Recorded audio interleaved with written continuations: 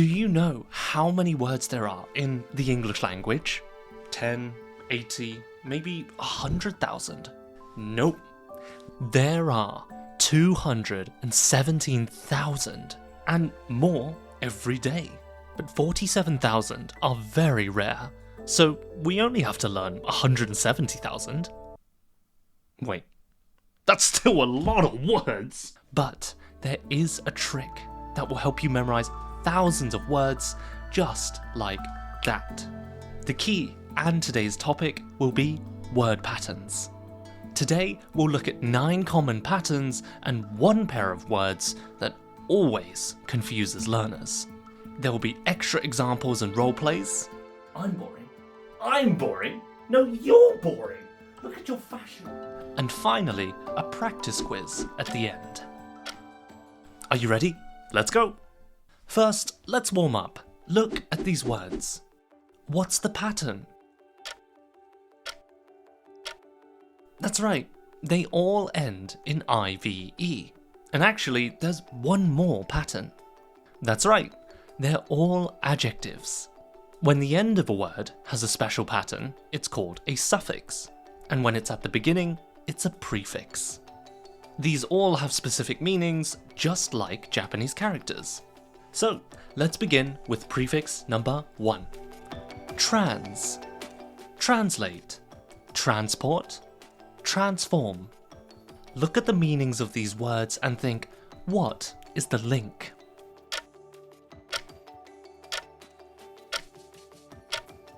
Did you get it? That's right. Everything here, people, words, objects, are all moving or changing in some way. And that's the meaning of trans, to move or change. I know it's bad to translate from your mother tongue, but I just can't help it. My brain does it automatically.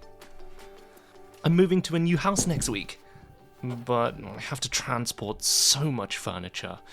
Ugh, it's such a nightmare.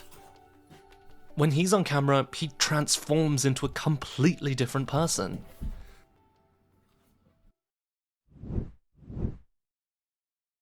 Number 2. Sub. This is another very common prefix. Subtitle. Submarine. Subordinate. Again, look at the meaning and tell me, what is the connection?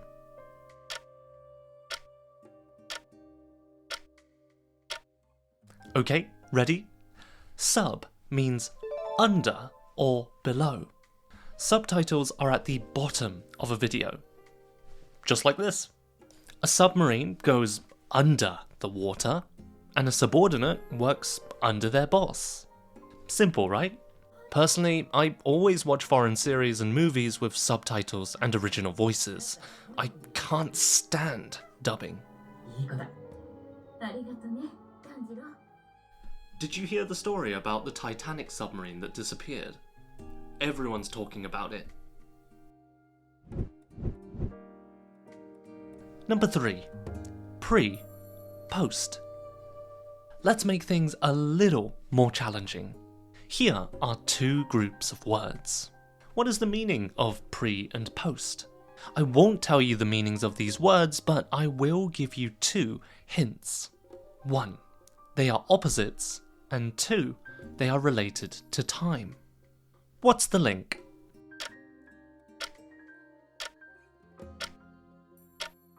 Alright? Excellent.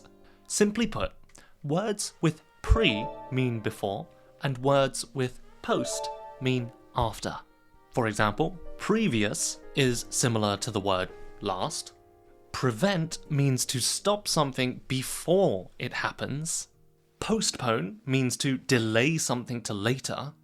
And postgraduate means the time of study, well, after you graduate. You can't prevent kids from playing video games, but you can give them rewards for studying more. Huh? Eric! 30分終わったらお願いします。Wait, you're going to postpone the deadline for the report? Oh, thank you so much. Here, do you want some seaweed? It's delicious, take it. Number 4. Miss. This one should be easy peasy. Mistake. Misunderstand. Misinformation. Look at the meaning. What's the link?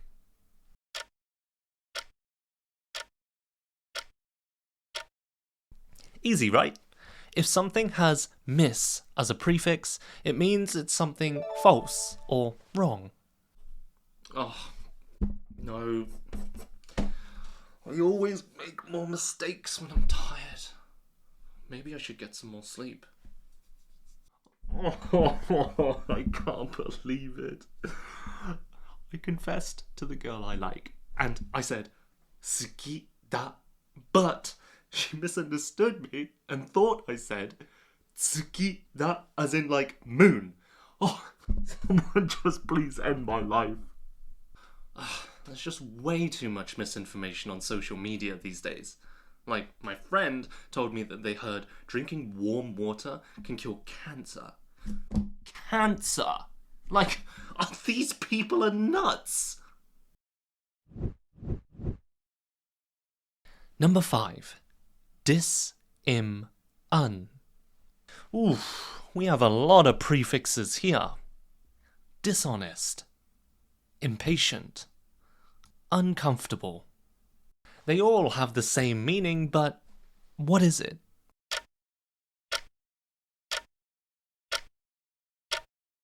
Okay, these 3 prefixes mean something negative.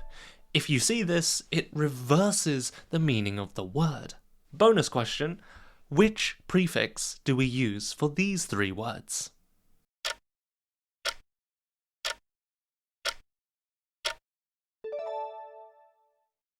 Okay, alright, let's move on. What? Why did my laptop turn off? Oh, the charging cable disconnected. Oh, my work. Oh, this chair is so uncomfortable. Oof. Oh my gosh, my back. すいません、お金をちょっと貸してくれないか? Sorry, unfortunately I don't speak Japanese. マジで貧乏な人ばっかり. What the heck did you say? Number 6. Re. For the next 3, I won't give you the meaning, because that would be way too easy. Repeat. Replay. Rethink. What's the connection?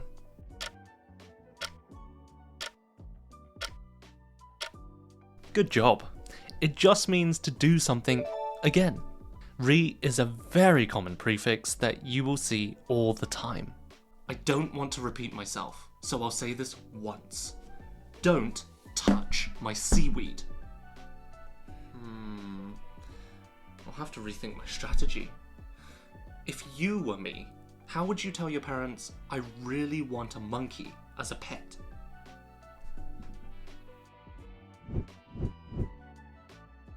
Number 7. Shun. Now, let's look at our first suffix. As you can see, shun is super common. Be careful, this time the link is not in meaning. Think, what type of words are these?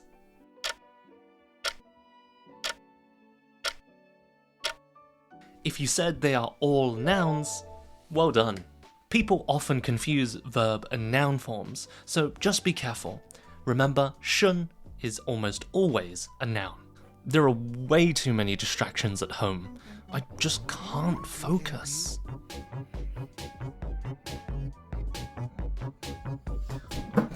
Can you turn it down? I have a lot of admiration for my friends and family. I really do look up to them. Communication is essential for any relationship, so if you don't know what to do, just talk to someone. Number 8. Unt, Another pair of suffixes that have the same meaning. Assistant, participant, follower, Can you see the connection?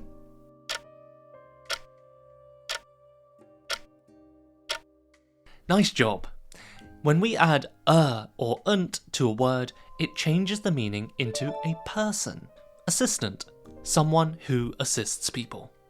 Researcher, someone who does research. Okay, I'm going to read a list of the participants' names, okay? So, listen carefully. Number 1, Haruto. Yeah. Good. Haruki. Yeah. Right. And Harumi. Yeah. Hamtaro. Mm-hmm. Okay. And Shoda. Yeah. So, how many followers do you have? About 2.5 million. How many?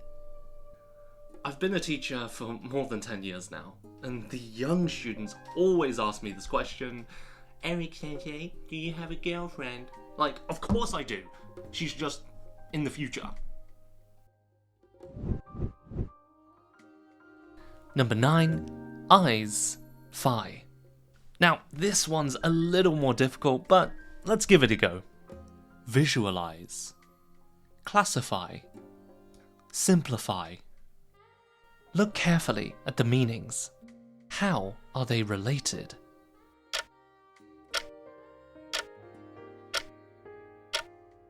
If you got the answer, I'm impressed. The suffixes eyes and phi mean to cause or make something be something.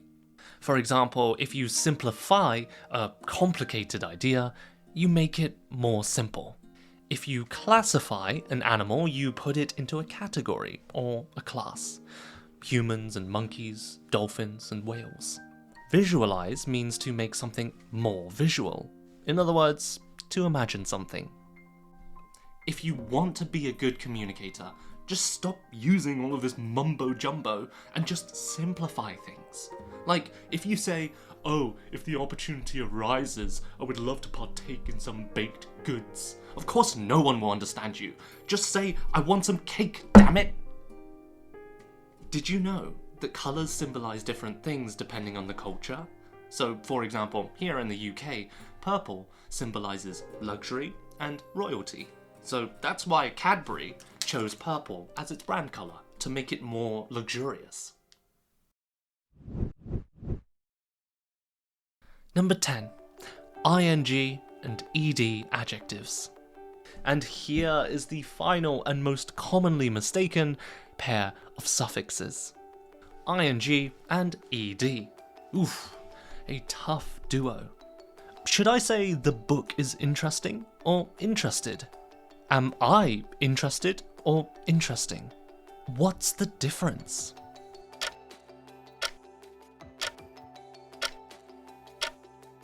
Okay, the key is the subject of the sentence. ed adjectives show human emotion, so the subject is usually a person. We as people feel bored, interested, or surprised. But ing adjectives are things, objects, situations that cause or trigger that emotion. Books, movies, or situations are boring, surprising, or interesting. Now, people can be ing or ed. I'm bored, I feel bored. I'm boring, I make others feel bored. Today's lesson is about animals. For example, here is a cat. I like cats. They are very cute. But objects and situations don't have emotions. So we never use ed adjectives with situations or non-living things. To remember the difference, remember, ed, e is for emotion. Now, there are some exceptions to the rule, for example, nervous and nerve-wracking. But don't worry, most adjectives follow the ed-ing pattern. I'm boring. I'm boring? No, you're boring. Look at your fashion. Just a white shirt? What are you talking about? You are way more boring. I mean, look at your hairstyle. Not interesting at all. Huh?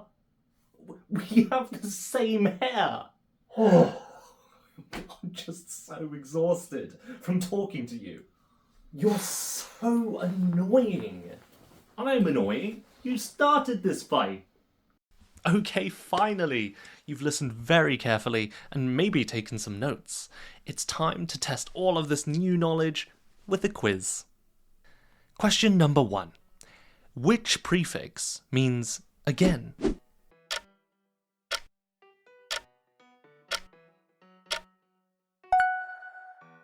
Number 2. When talking about our emotions, we use adjectives.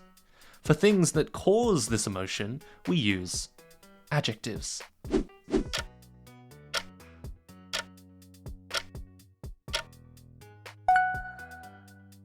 Number 3. Sub means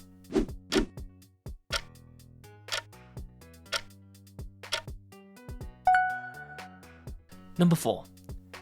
Prepare is the verb. What is the noun?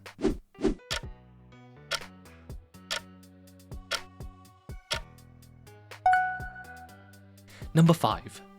What is the opposite of important?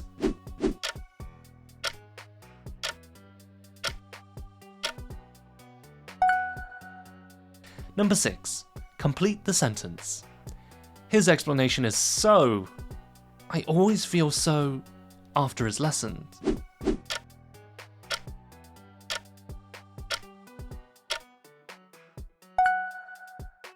Number 7.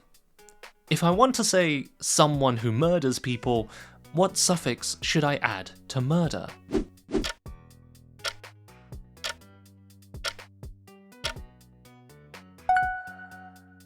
Number 8. What does preview mean?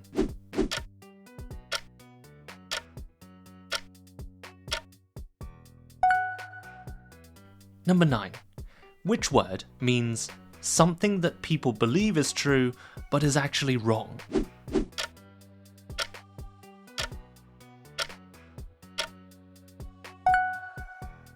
Number 10.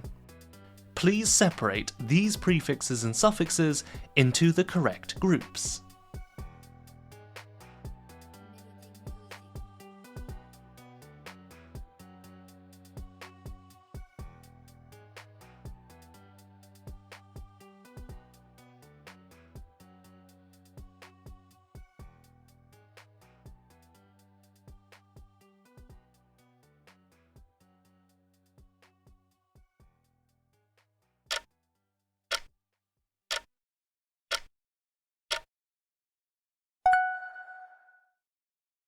And that's it.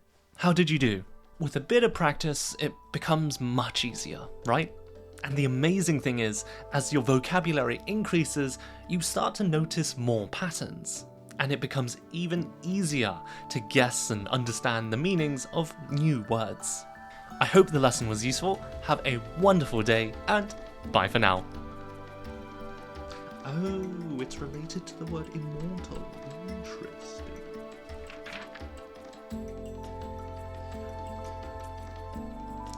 Indolacetic